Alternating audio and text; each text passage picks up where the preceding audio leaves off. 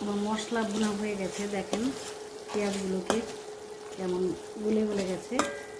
এখন আমি এটাতে সবজি দিয়ে দেবো, কারণ সবজি দিয়ে তেলটা দেখেন পুরো উঠে এসেছে। সবজি দিয়ে এটাকে আর একটু কিছুক্ষণ ভুনবো। পর একটা ঝোল দেওয়া হবে গরম পানি করে। আজকে পটল আলু দিয়ে টমেটোটা নেই, আমি টমেটো দেওয়া খুব পছন্দ করি, ভালো লাগে আমার টমেটো দিতে। গাছ খেয়ে টমেটো নিই, তাই টমেটো ছাড়াই আমাকে রাঁধতে হচ্ছে এই পটলের তরকারিটা। আলু আর পটল দিয়ে রুই মাছের তরকারি রান্না করবো। উল্টে পাল্টে দিই মশলার ভিতরে দিয়ে পরে ঢাকতে হবে, ঢাকা দিয়ে দেবো।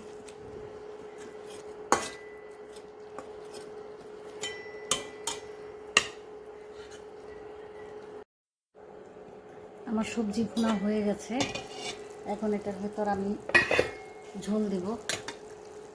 দেখেন কেটে ধরে সিদ্ধ হয়ে গেছে, পানি উপরে উঠে এসেছে। এখন এটার ভেতর ঝোল দিয়ে দেব।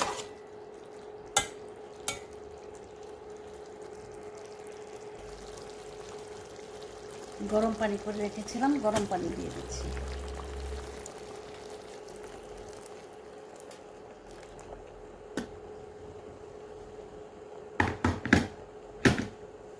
বেশি করে ঝোল দিয়েছি কারণ এটার ভেতর মাছ দেবো, মাছটা কিছুক্ষণ মাছের একটা জুস বের হতে হবে, যে কারণে মাছগুলো ভেজে রেখেছিলাম, যে ভাজা করা মাছগুলো দিয়ে দিচ্ছি।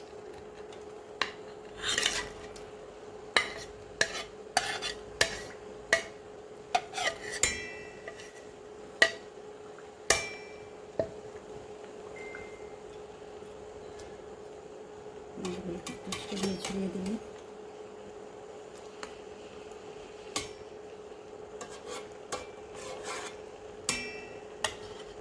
তাতে পরে কাঁচামরিচ আর ধনিয়া পাতা দেব।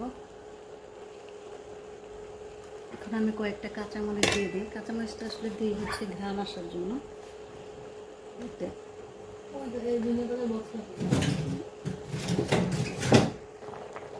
এখানে ফ্রিজে কুচি করা ধনিয়া পাতা আছে, আমি সেই ধনিয়া পাতা দিয়ে দেবো। আমি সবসময় বেশি করে ধনিয়া পাতা এনে ফ্রিজে কুচি করে রাখি, কারণ শীতের দিনে তো আর পাওয়া যাবে না এই ধনিয়া পাতাগুলো।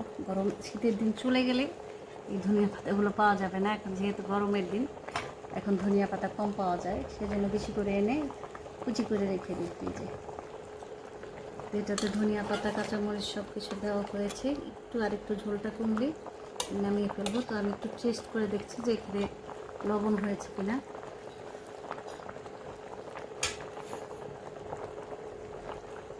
সব ঠিকঠাক আছে। আপনাদের সবাইকে রুই মাছের তরকারি খাওয়ার দাওয়াত করব। ভালো থাকবেন সবাই। আর আমার ভিডিওটা যদি আপনাদের ভালো লেগে থাকে, লাইক কমেন্ট শেয়ার করে অবশ্যই পাশে থাকবেন। খোদা হাফেজ।